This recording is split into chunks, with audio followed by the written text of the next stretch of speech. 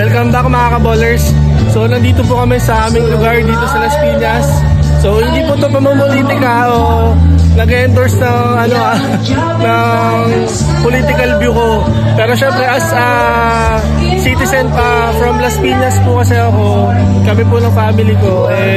May meet and greet po kami kay Senator Cynthia Villar. So yan, minsan lang, doon lang kami nakatira sa gilid. So malapit lang po kami dito, kaya sabi ko, para at least sumuporta po sa aming syudad ng Las Piñas po na suportahan po si Senator Cynthia Villar. So tatakbo yata siya ng congressman dito. So alam naman natin, pag Las Piñas talagang malakas po talaga yung Villar tsaka Aguilar. Nakita naman po yung magandang pamamalakad nila dito at wala naman po walang mahalong politika for me. So for content lang po to. Darating po si Senator Cynthia Villar po ngayon dito sa amin. Ngayon ang mga tao. Naka 0.5 ako. Okay. Yan, kahit sobrang init. Kami, laban. Sobrang init mga kaballers. Sobra. Pero okay lang, naman ngayon, linggo ngayon, and meet and greet ko kay Ma'am Cynthia Villar.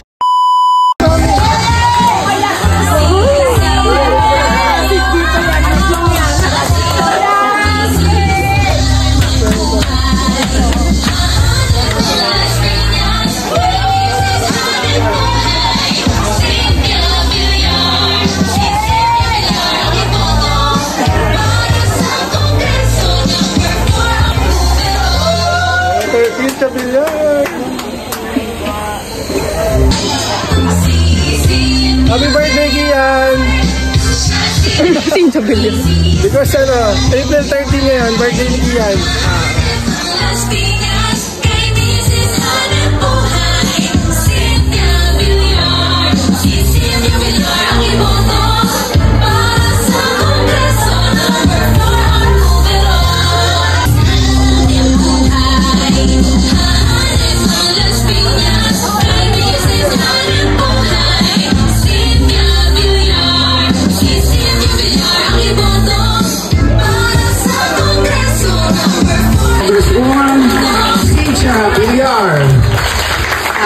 Magandang tanghali po sa inyong lahat. I'm very happy to be here sa BFRB Classic 1 para sa ating meet and greet. Nais po magpasalamat sa ating barangay captain Jojo Reyes for the support, ang ating kagawad Bill Ilagan, ang ating pong BFRB Classic 1 HOA officers headed by President Emma Lusandi, VP Internal Antonio, Treasurer Ronnie Dorimon, Secretary Elena Navarro. Maraming salamat po for coming today at ang mga homeowners ng Classic 1. Ako po ay inyong kapitbahay. You've been living here for the last 48 years. Lumipat po kami ni Senator Manny Villar dito ay 1977. Doon po kami nakatira sa tabi ng anong school? Elizabeth Seton School. We've been there for 48 years. Naging namin permanent home at siguro dito na ang huli. The first and only house that we will have.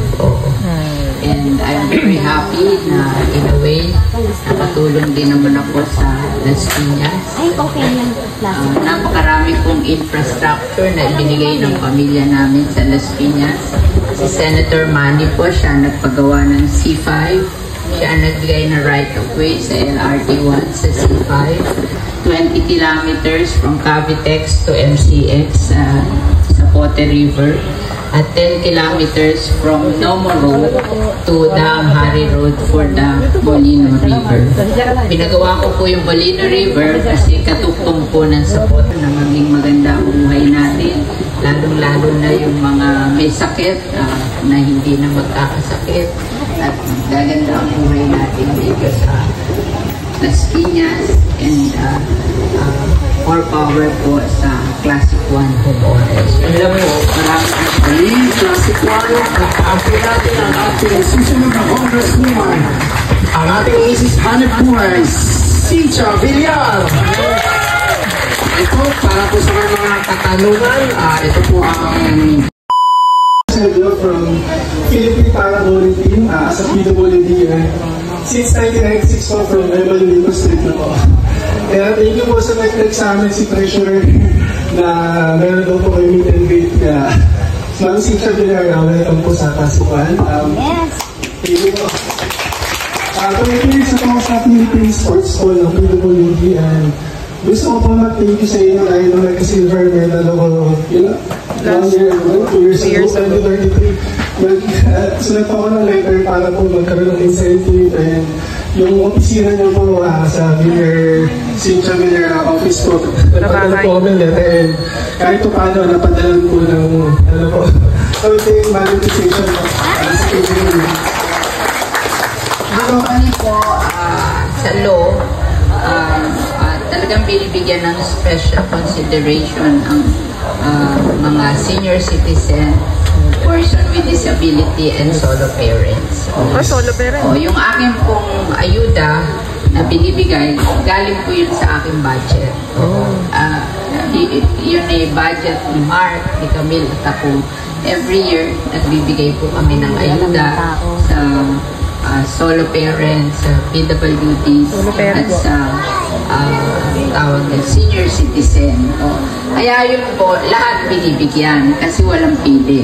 Ang control lang namin doon, hinahanap namin kung yung pangalan nyo ay nasa voters list ng Las Piñas kasi baka mamaya kung malaman nilang namimigay kami sa Las Piñas, kahit hindi taga Las Piñas, magpalista na. Kaya yun lang ang double check namin kung butante kayo ng Las Piñas. Sa Las Piñas, kasi ang only thing na pwede pang itanim natin sa Las Piñas is vegetable. Kaya ako po as an advocacy, namimigay po ako ng vegetable seeds at organic fertilizer out of our composting facility, yung kitchen and garden waste. And every May po meron tayong urban gardening festival. Community activities here in Las Piñas. At pag December, meron tayong Parol Festival. We are a 3-generation Parol maker po dito sa Las Piñas. And we don't want to forget that. Kaya nag-i-sponsor po kami ng Parol Festival. Yun lang po. Maraming po salamat.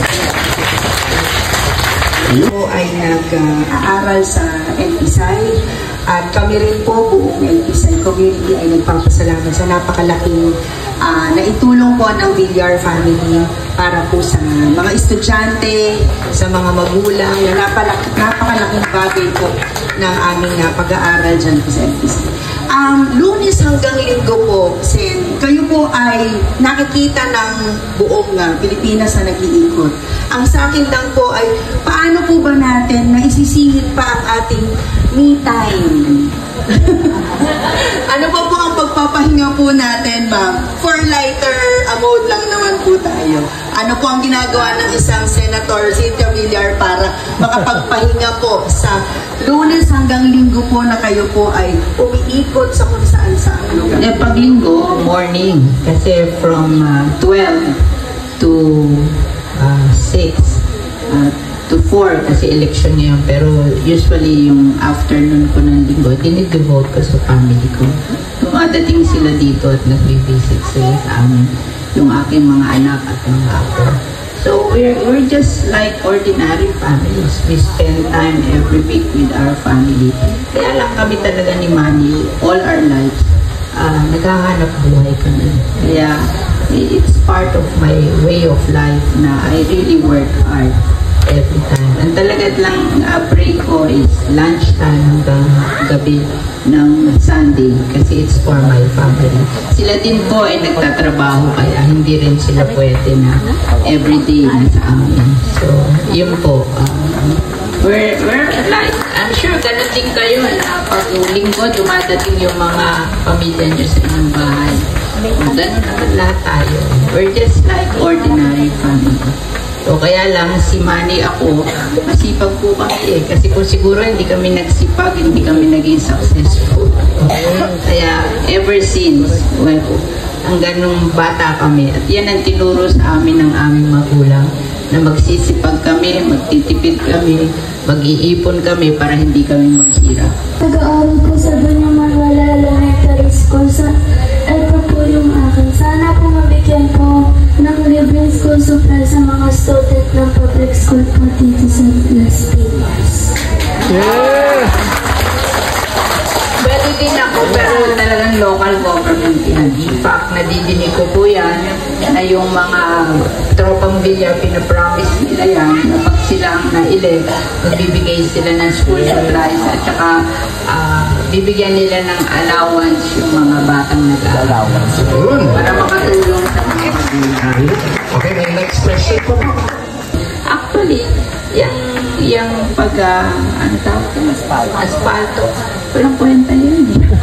Malaki kita dyan, pero hindi it will not last. So, kaya ako, pag ako'y nagpapagawa, reblank. Kasi mas ano yun, mas matagal yun. Oo, mas permanente yun. Kaya lang,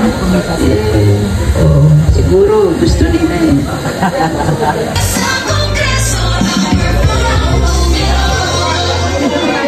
Number 4. Number 4.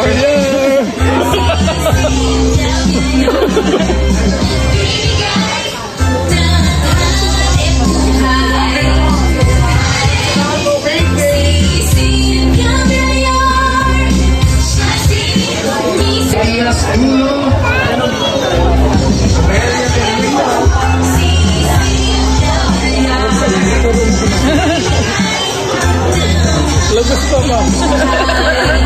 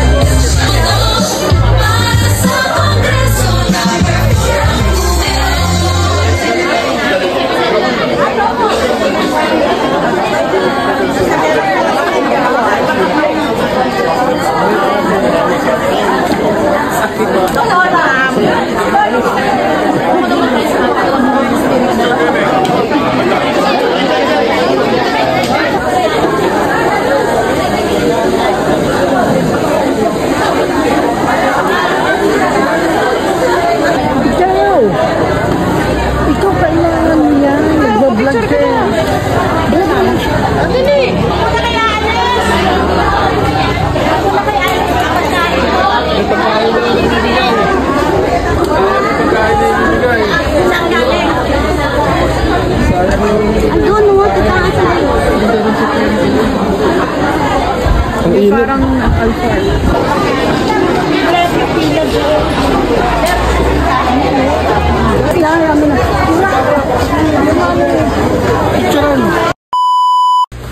So yun mga kaballers, thank you po sa Tropang Villar sa food pack pa.